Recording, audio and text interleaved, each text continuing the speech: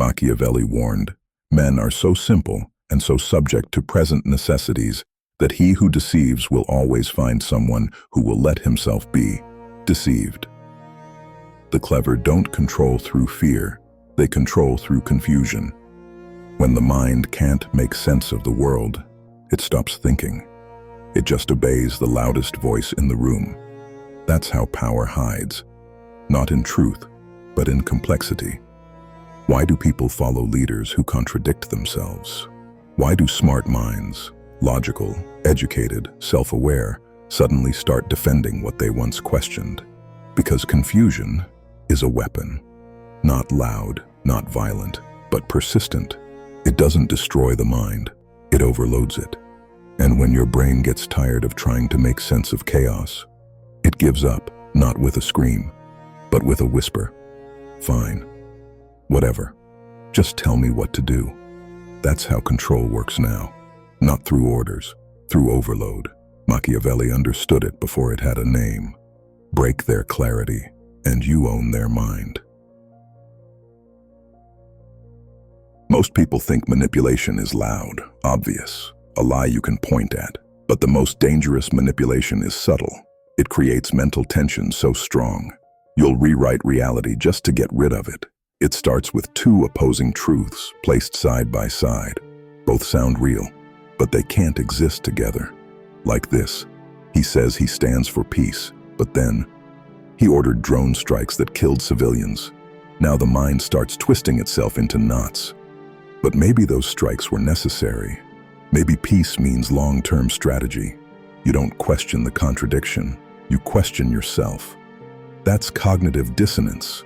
When your brain holds conflicting beliefs, it starts scrambling for resolution. And in that scramble, you become vulnerable. Machiavelli wrote, "He who deceives will always find someone willing to be deceived." But the trick? Don't deceive by lying, deceive by confusing. In Stalin's USSR, people were told, the state is the voice of the people. But those same people were disappearing in the night for having an opinion. Citizens had to believe both, that they were free, and that silence was safety. That mental clash made questioning the system feel more dangerous than obeying it. A CEO might post on LinkedIn, "We value work-life balance and mental health," then privately demand 14-hour days with no vacations. You, the employee, feel the clash. But instead of calling it out, you rationalize, well, maybe this is just temporary. He probably has a reason. And just like that, your clarity is gone. You no longer trust your own perception. You trust theirs. Because the second you stop trusting your own logic, you start needing someone else's. And the manipulator, they're ready to provide it, wrapped in confidence, clarity, and fake certainty. That's the dark genius of cognitive dissonance. Break clarity, own the mind. The strange thing is, the more unpredictable someone becomes, the more people fall in line. Sounds backwards, right? You'd think consistency builds respect, but the manipulator knows better. They know that predictability breeds equality. If I know how you'll respond, I can prepare, I can match you. But if your actions keep shifting, if your tone flips from calm to cold, supportive to silent, loyal to ruthless, then I stop trying to understand you. I start trying to please you. That's why Machiavelli wrote, "It is safer to be feared than loved if you cannot be both." Because fear doesn't come from strength alone. It comes from confusion. The fear of not knowing where you stand. The fear of sudden mood swings, reversed rules, selective punishments. It's the CEO who praises you one week and ignores you the next. The partner who showers love, then withdraws without warning. The leader who says freedom of speech is a right, while censoring dissent behind closed doors. You never know which version of them you'll get, so your brain stops asking, "Why are they like this?" and starts whispering, "How do I avoid upsetting them?" And that's the switch. When contradiction is constant, obedience becomes the only strategy for survival.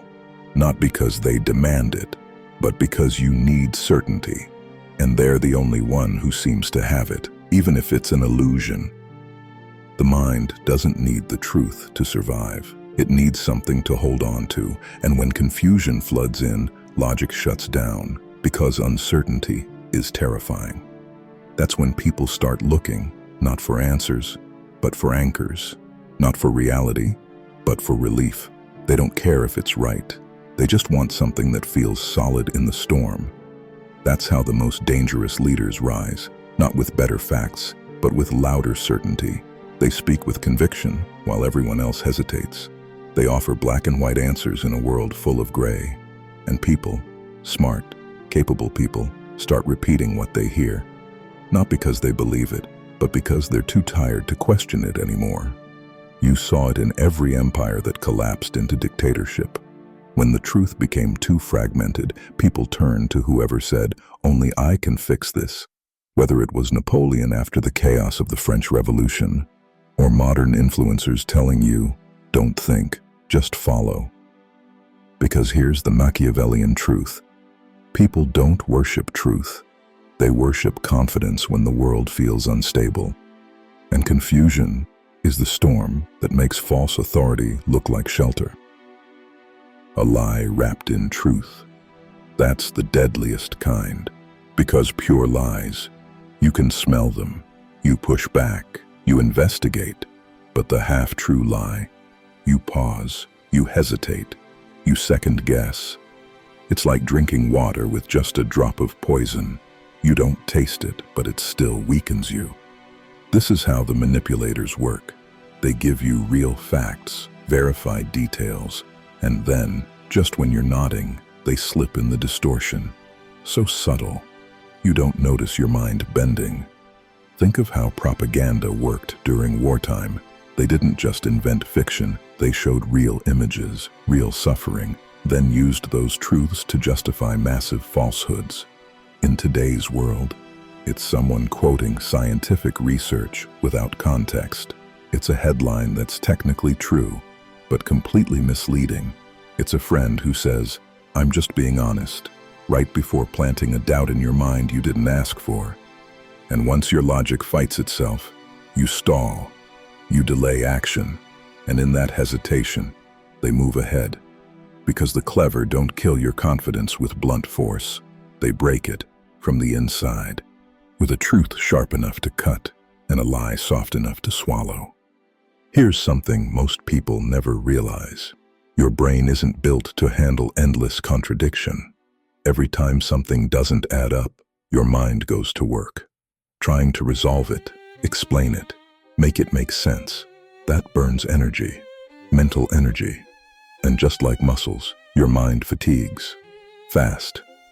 Now here's where it gets dark. The manipulator knows this. They want you tired, so they violate your expectations over and over. One day they're kind, next day they're cold. They say, "Trust me," then hide details. They apologize, then repeat the same pattern. Each time your brain tries to solve the contradiction, you explain it away, you internalize the blame, you overthink, and eventually, you break. You'll agree to anything for a moment of peace, even if it's a lie, even if it costs your power. It's how abusive relationships form. It's how cults recruit. It's how corrupt leaders hold power, not with facts, not with force, but with strategic confusion. Because the tired mind doesn't resist, it submits. That's the hidden cruelty of this strategy. They don't just exhaust your logic, they exhaust your will. The truth is, confusion isn't a flaw in the system. It is the system. It's not chaos by accident. It's control by design. They don't want you to think. They want you to react. Because when your mind is exhausted, you'll beg for certainty and accept whatever answer they hand you. That's the trick. You'll call it truth, but it's just relief wearing a mask. Machiavelli understood this centuries ago. Men are driven not by what is real, but what relieves their fear. So how do you reverse it? Stop needing clarity from others. Stop outsourcing your inner compass. Create stillness inside, and the noise outside loses power. Because in a world ruled by confusion, clarity becomes rebellion. Sometimes the smartest deception wears the mask of intelligence. It doesn't shout, it confuses, then calls itself complexity. You've seen this. In politics, leaders say one thing, then do another. And when you question it, they smirk and say, "You just don't understand how this works," as if your confusion is proof of their genius. In religion, contradictory ideas are wrapped in mystery, and if you ask too many questions, you're told, faith means not needing answers. In business, the average person is flooded with buzzwords, legal jargon, corporate doublespeak, not because it's necessary, but because if you feel dumb, you won't challenge power. That's the trick. The more complicated they make it sound, the more likely you are to nod along, silently thinking, "I must be missing something." And just like that, you surrender, not to truth, but to the fear of looking ignorant. Machiavelli understood this well. He knew the masses wouldn't rebel against confusion, they'd fear it. So he advised rulers, speak in layers, say enough to sound wise, but not enough to be understood. Because when people stop understanding, they start obeying. And when obedience feels like intelligence, you've won the game without ever lifting a sword. Confusion doesn't always come from lack of knowledge. Sometimes it's the opposite. Too much, too fast, too loud.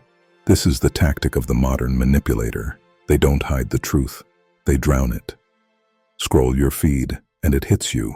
100 opinions, 50 versions of the same event, headlines screaming different truths, all urgent. Your brain tries to process, but ends up overwhelmed, fatigued, number. And in that exhaustion, something dangerous happens. You stop thinking critically. You start scanning, swiping, forgetting. This is how truth disappears, not by censorship, but by burial. Machiavelli never saw Twitter, but he'd recognize this instantly. In his time, rulers would send messengers with multiple explanations just to confuse the public, because confusion delays action, and delay gives control. Today, flood people with charts, buzzwords, expert panels, and you'll see them nod, not out of agreement, but exhaustion. That's the game. The more noise they inject into your mind, the harder it becomes to hear the signal. And when the signal is lost, the manipulator doesn't need to lie. They just need to keep you scrolling. And by the time the truth arrives, you're already too tired to care. This one's subtle and sinister. They don't break you with insults. They break you with compliments, wrapped in barbed wire. You're brilliant, but not ready. You're special, but too emotional. You have potential, but you lack maturity. At first, it sounds like support, but it's not meant to lift you. It's designed to hook you. It creates cognitive dissonance. You feel seen and dismissed, appreciated and disrespected, all at once. And your brain can't stand that tension. So what do? You start proving yourself, chasing more validation, working harder to earn the praise that was never meant to be fully given in the first place. Machiavellian leaders love this method. Even in royal courts, kings would elevate a noble with one hand, then question his loyalty with the other. It kept the man obedient, ambitious, but insecure, a perfect servant. In the modern world, your boss tells you you're the smartest on the team, but not quite leadership material. And now you work weekends, not because they asked, but because they hinted. This isn't feedback. It's psychological manipulation. Praise plus criticism equals mental leash. Pull just enough, and you'll follow without force. And the most dangerous part, you'll think it was your idea. This isn't just manipulation. It's addiction. One day they praise you. The next, they withdraw. One moment, they love bomb you. The next, they ghost you. Your nervous system gets hijacked. Because it's not the pain that traps you. It's the inconsistency. You start living for the next high, the next approval, the next message that says, "I still care," even if the last one cut you open. It's called intermittent reinforcement. And it's the same pattern used to addict people to slot machines. Not knowing when the reward will come is exactly what keeps you pulling the lever. Machiavelli saw this in court. A prince would elevate one advisor, then humiliate him in front of others. Why? Because a confused servant is a loyal servant. He's not plotting his own power, he's chasing crumbs of favor. You see it in relationships too. The partner who says, "I love you, but," "I respect you, but," and the "but" always hits harder than the praise. And so, you stay, not because it's healthy, but because your nervous system gets addicted to the resolution, to fixing it, to earning back the version of them that felt good. But here's the twist. That version only exists to keep you hooked. Once you need them to feel regulated, they've already won. Because now, they are your emotional center of gravity. What was once considered wrong is now called brave. What was once truth is now just someone's version. And you're stuck in the middle, trying to do the right thing, but not even sure what right means anymore. That's not an accident. It's design. When rulers in ancient Rome wanted obedience, they didn't outlaw your values. They simply redefined them. Loyalty to family, that became weakness. Questioning the emperor, that became treason. And the people, they adapted, not out of belief, but out of fear. Because when morality shifts fast enough, self-respect gets slowly replaced by compliance. You see it today in corporate culture, online outrage, cancel mobs. One day you're celebrated, the next you're vilified. Not because you changed, but because the rules did. And here's the psychological trap. You start silencing yourself, second-guessing your instincts, editing your truth, just to avoid stepping on the new line in the sand. Eventually, your inner compass goes numb. And when you can't trust your own sense of right and wrong, you start outsourcing it to a boss, a movement, a manipulator. And just like that, you're no longer guided, you're guided. Ever watch a crowd lose its mind, not in rage, but in agreement with something clearly wrong? It's eerie, like a spell has been cast, and in a way, it has. Cognitive dissonance doesn't just infect individuals, it spreads like wildfire through groups. It's faster than logic, stronger than truth, because when a crowd all believes the same contradiction, it feels real, even if it makes no sense. Look at history. Nazi Germany, cult movements, even the housing crisis in 2008. Brilliant people, doctors, teachers, economists, all nodding in sync to something insane. Not because they were stupid, but because they didn't want to be alone. That's the dark side of tribal instinct. We crave belonging more than accuracy. And the manipulators, they know this, so they manufacture illusions, not just for you, but for the crowd around you. And when everyone around you says, "This is normal, this is right, this is how things work," you feel the pressure, not to think, but to fit in. That's why Machiavelli warned, the people are impressed more by appearances than by realities, because in the war between truth and approval, approval usually wins. Here's the final twist most people never see coming. Manipulators don't create confusion to fix it. They create it so they can control it.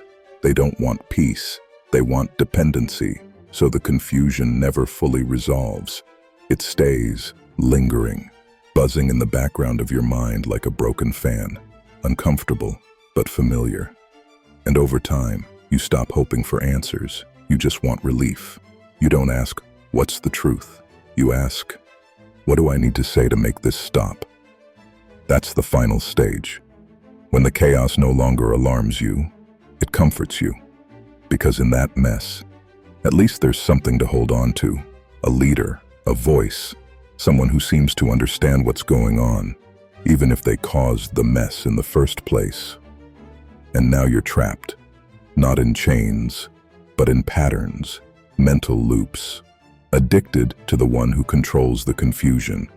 That's when freedom becomes terrifying, and the manipulator becomes your anchor. That's not leadership, that's domination through distortion. Imagine this, you don't flinch when things don't add up.